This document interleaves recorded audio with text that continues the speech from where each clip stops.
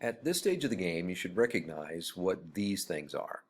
What you're looking at here are chromosomes, and here in this particular analysis, you can see that the chromatids are split or separated, and then we have the centromere and all the things that you learned earlier. Now, in this particular picture, which are human chromosomes of a human female, you have a type of analysis which you've seen before. It's a FISH, fluorescence in situ hybridization. First of all, in this analysis, what they did is they highlighted all the DNA as red. But then what they did is they made a probe, one probe, that will bind to a particular 300 base pair sequence. And that sequence we refer to as ALU or Alu, and it's what we call a SINE, a short interspersed element. And we'll explain what that means here shortly. But there's just that one probe, and they set it up so that it's green, that it fluoresces green. So in this picture, all the DNA fluoresces red, and only this one 300 base pair sequence fluoresces green. Okay, and there's the analysis right there. There it is. Okay, now look at this though. There's only one 300 base pair sequence that fluoresces green, but notice there are literally millions of green dots. There's green dots all over this. Okay, think about that for a moment. What does that mean? That means that this sign, this ALU sign, is scattered, copies of it are scattered across the entire set of chromosomes, of human chromosomes. And each one is fluorescing green. All right, so if you're looking at this, they make up about 10% of your genome. 10% of all the DNA in your body are just copies of this particular sequence, this 300 base pair sequence. And they make up an enormous amount in primates, not just in human beings as well. So this is interesting. So we have this thing that seems to be scattered across the genome. How did it get there? Well, what this thing is kind of a parasite. And that's a bit of a loaded way to say it. It's like a virus that never leaves. It copies itself, and the copies get put randomly onto different chromosomes. And in some chromosomes, like for example this one, there's not so many. In this one, look at number 19. Number 19 has tons of these all over the place. 18 has hardly any. But also notice, look at number 6. You see how there's a lot of green on this right-hand one, but not very many green on this. That's because some of these are in all of us. All of us have these particular parasites on the same spot in all of our chromosomes. And some of us, they vary. Now, the thing that's interesting is if we took a picture of your chromosomes, they would look pretty much like this. And in fact, most of the dots would be in the exact same spot. But there are quite a few that would actually be different than this.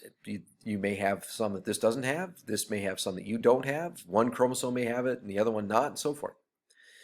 There are a number of these types of things that we call polymorphisms. And these polymorphisms are interesting because they represent relatively recent insertion events that may or may not be detrimental or helpful or harmful. So that's our question. Are these things always harmful because they're a parasite? Are they sometimes helpful? Are they sometimes harmful? Are they sometimes neither one? What is it? I want to address that. Now, if we think about this for a minute, if these are harmful, if these are parasites that are harmful, then any chromosome that has some on there should eventually disappear.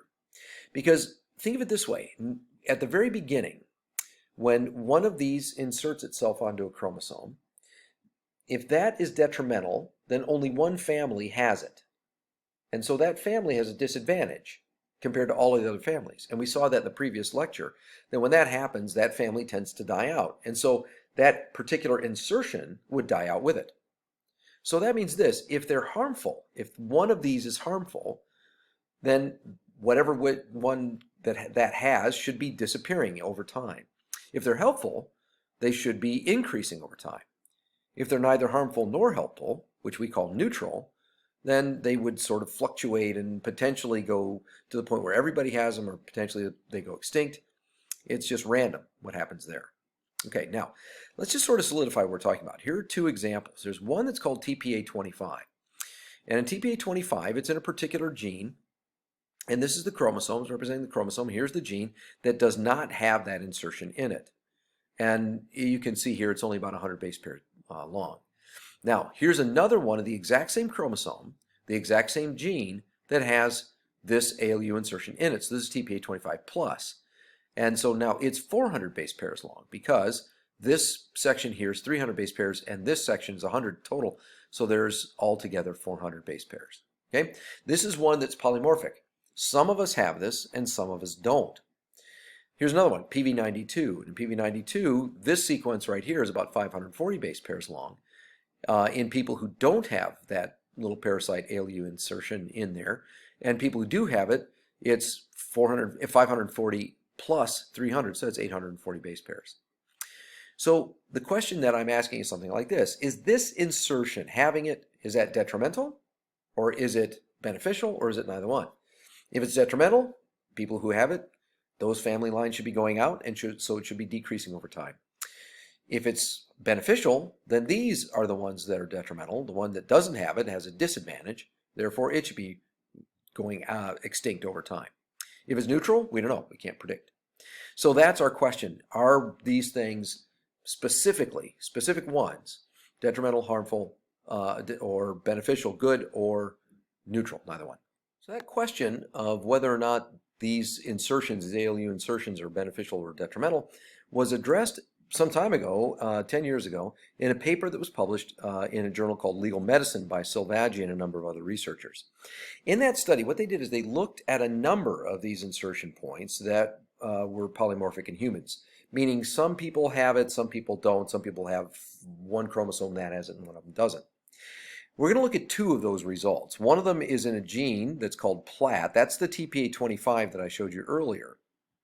Now, PLAT is a gene that's on chromosome number 8, and it codes for a protein called plasminogen activator, which is important in the clotting cascade. So this is a gene that's important in blood clotting, but it's in what's called an intron. And we'll learn later that the introns are the sections of what are called the coding regions of genes that don't actually code for specific structural information. It codes for other things we'll talk about later on. Another one I want to use sort of as practice is this one, ACE1. This is angiotensin converting enzyme 1. And it is on chromosome 17 and in one of the introns of that particular gene. So again, some people have the insertion, some people don't. Here's what I mean by that. Remember, every single individual has 2 chromosomes, right? The homologous pairs, because we're diploid. And therefore, we have 2 chromosome number 8. So what we're looking at here is this. There's chromosome number 8. We're looking at this. Sometimes people can have one particular ALU insertion, TPA25, on both of their chromosomes, in which case we say that they're TPA25++, because they are like this. Both their chromosomes have the insertion on it. Now, sometimes people on chromosome number 8 miss it, and so there wouldn't be a green dot in either chromosome. And in that case, they both look like this, and so we call them TPA-. Now, it's also then possible that some people could be heterozygous, in which case one of the chromosomes would have a green dot and the other one wouldn't, in which case one of the chromosomes would not have this and one of the chromosomes would, in which case we would call them plus-minus. Okay, so note, this is homozygous plus-plus, heterozygous, homozygous minus-minus. All right, so it's just like the stuff we've been talking about before. In fact, I can ask you this. Is this dominance, codominance, incomplete dominance, sex-linked, something else? What is this? Okay, well, it's not sex-linked, because remember, the sex-linked ones are only on one of the sex chromosomes. That's not a sex chromosome. 8 is what we call a somatic chromosome. So it's not sex-linked. Is it dominance? Well, no. Plus is not dominant to minus. And the reason is this. Individuals who are heterozygous would show both a green dot and not a green dot. One of the chromosomes would have a green dot, therefore it would show that trait of the green dot. And one of the chromosomes would not, which would show the trait of not a green dot. So does that make that? No, you should be able to figure out at this point that that makes this codominant. All right, so this is an example of codominance. Okay, so here's the thing. In their study, they looked at a bunch of people and they classified them based on the genetic test that they ran on TPA25. And they discovered that 56 people in their sample were plus-plus. 143 individuals were heterozygous, and 64 were homozygous minus.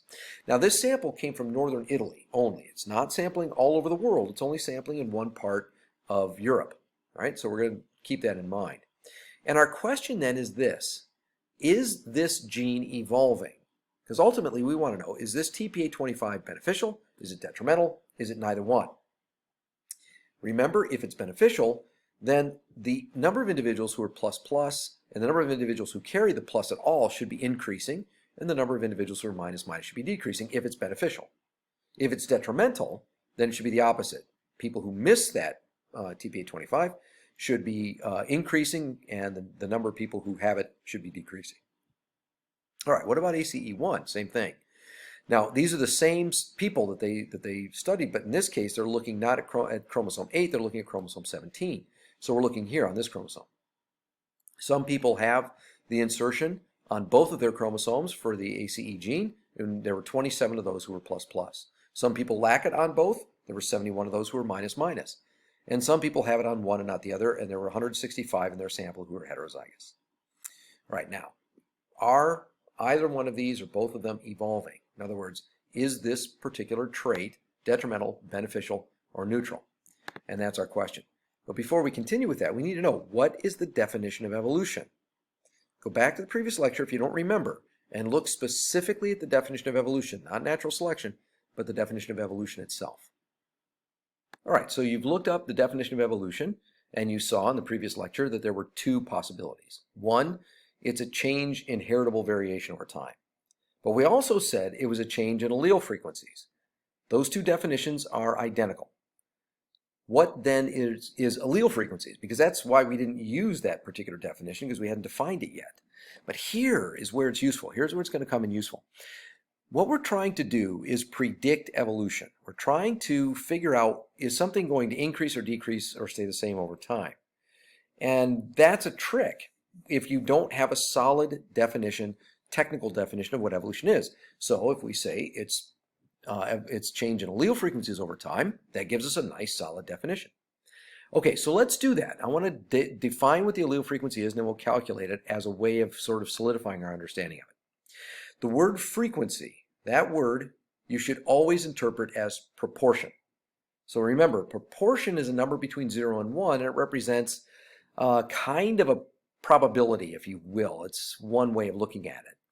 You can also convert it to a percentage, but I don't want you to do that here. I want you to be thinking in terms of 0 to 1 as opposed to 0 to 100%. Okay?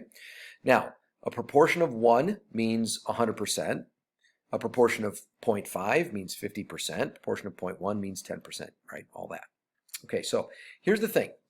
The allele frequency is the proportion of all the alleles that are of a particular type. So I want to calculate the allele frequency for plus. All right, let's do that. What we got to do is we have to count up the number of plus alleles that are here and divide by the total number of alleles that are here. Now think about it this way. Every single individual is carrying 2 alleles. These 56 individuals are carrying 2 pluses. These 143 are carrying each 1 plus and 1 minus, and these 64 are carrying 2 minuses. All right, so that's what we're doing. We're going to then figure out the total number, which is just simply 56 plus 43 plus 64 times 2, because everybody's carrying 2, and we divide that into the number of plus to get the allele frequency for plus, or the number of minus that are to get the allele frequency for minus. So here we go. How many plus alleles are there in this sample? How many TPA plus alleles are there? Well, these 56 are carrying 2. So that's going to be 2 times 56. Think of it this way. 56 of these pluses plus 56 of these pluses. These 143 are carrying 1 plus. Okay, so 56 plus 56 plus 143 is the total number of alleles in the sample. If you add that up, you get 255. By the way, get your calculator out. You're going to want to calculate these things as we go so that you can be sure that you understand it. If you need to, stop the video, calculate it, and then move on. Don't just sit there and try to absorb it. It won't work unless you're actually moving along and clicking your calculator. Okay, so do that. Again, there's 56 plus 56 plus 143, or if you wish, better way of saying it, 56 times 2 plus 143. All right, so now how many alleles are minus? Same idea. I'll let you calculate it. Okay, stop the video if you have to and calculate the number of alleles that are minus. All right, so if you do that, then you should get the answer 271, because that's going to be 64 times 2 plus 143. All right, how many total alleles are there? Well, how many total people are there? It's 56 plus 143 plus 64.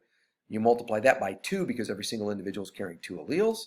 And we have a total number of alleles in the sample then of 526 because 56 plus 143 plus 64 is 263. Multiplied by 2, that's 526. Okay, these are not the frequencies. These are simply the numbers from which we can get the frequencies. Remember, the frequencies are a proportion. And now we're asking this, what proportion of these 526 alleles are plus? Okay, you know how to do this. It's easy. And don't tell me you don't know math. I'm not going to buy that. That's nonsense. You do know math. This is simple, right? Just take the 255 and divide by 526. That gives you the proportion. All right, so that means this. The proportion of the alleles that are TPA plus are going to be 255 divided by 526, or 0.4848. All right, now, like we've played this game before. Don't let these numbers go by unless you understand exactly what they mean. 0.4848 is, think of it as 48.48%. 48.48% of what are what? That's the question. Answer that question. 48.48% of what are what? Okay. Now, 48.48% of the people? No. 48.48% of the alleles are what? 48.48% of the alleles are plus. That's what this says. Okay, so in this population of people with these genotypes, there's 48.48, not quite half, slightly less than half of the alleles are plus. Okay? All right, so that means then the proportion of the alleles that are minus, well, we can get that in two different ways. We can count up the total number of minus alleles like we did before, so we can have that. 271 divided by 526. We could do that if you wanted. Or we could do this. We could say, look, the alleles have to be either plus or minus. That means 100% of the alleles are either plus or minus. Okay? Now, if we call the proportion of the alleles that are plus P, we just use that to represent the proportion of alleles that are plus. And if we use Q to represent the proportion of alleles that are minus, then the fancy way of saying what I just said is that P plus Q has to equal 1. 100% of the alleles have to be either plus or minus. Therefore, to get the number minus, or proportion of minus, take 1 and subtract the proportion that are plus. Okay? There you go. So that says 51.52% of what are what? 51.52% of the alleles, not the people, but of the alleles, are going to be minus. Okay, so that's how that works. That's the frequency, the allele frequency. Now the question is, what do we do with this? Now that we have the allele frequencies, how do we determine if it's changing over time? Or can we? I mean, all we have is this data right here. Can we tell from this data right here alone whether or not this is changing, the proportions of plus and minus are changing over time?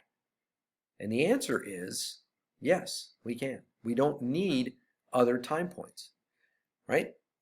We have one time point, but that's all we need to figure out if it's increasing or decreasing. You may not be able to be clearer. You may not see why that's true. In fact, it seems like it's pretty obvious that the only way to determine if this is increasing or decreasing is we have to do the study again in 10, 15, 20, 100 years to see what's happening to those proportions. But no, all we need is this. That's all we need. Let me show you.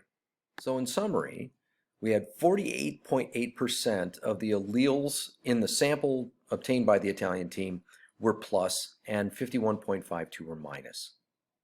Now, I want you to run through the exact same calculations now for the ACE1 data. In that case, you should get these numbers. 0.4163 would be the proportion in the ACE1 that were plus, and 0.5837 would be the proportion in the ACE1 that were minus. And moving on, what we're going to do is ask this question. By definition, P and Q are changing if and only if there's evolution. That's the definition of evolution. So we're asking then, are P and Q static, or are they changing? And if they're changing, then are they increasing or are they decreasing? Is P increasing, in which case plus would be implied to be positive and helpful, or is it decreasing, in which case plus would be detrimental?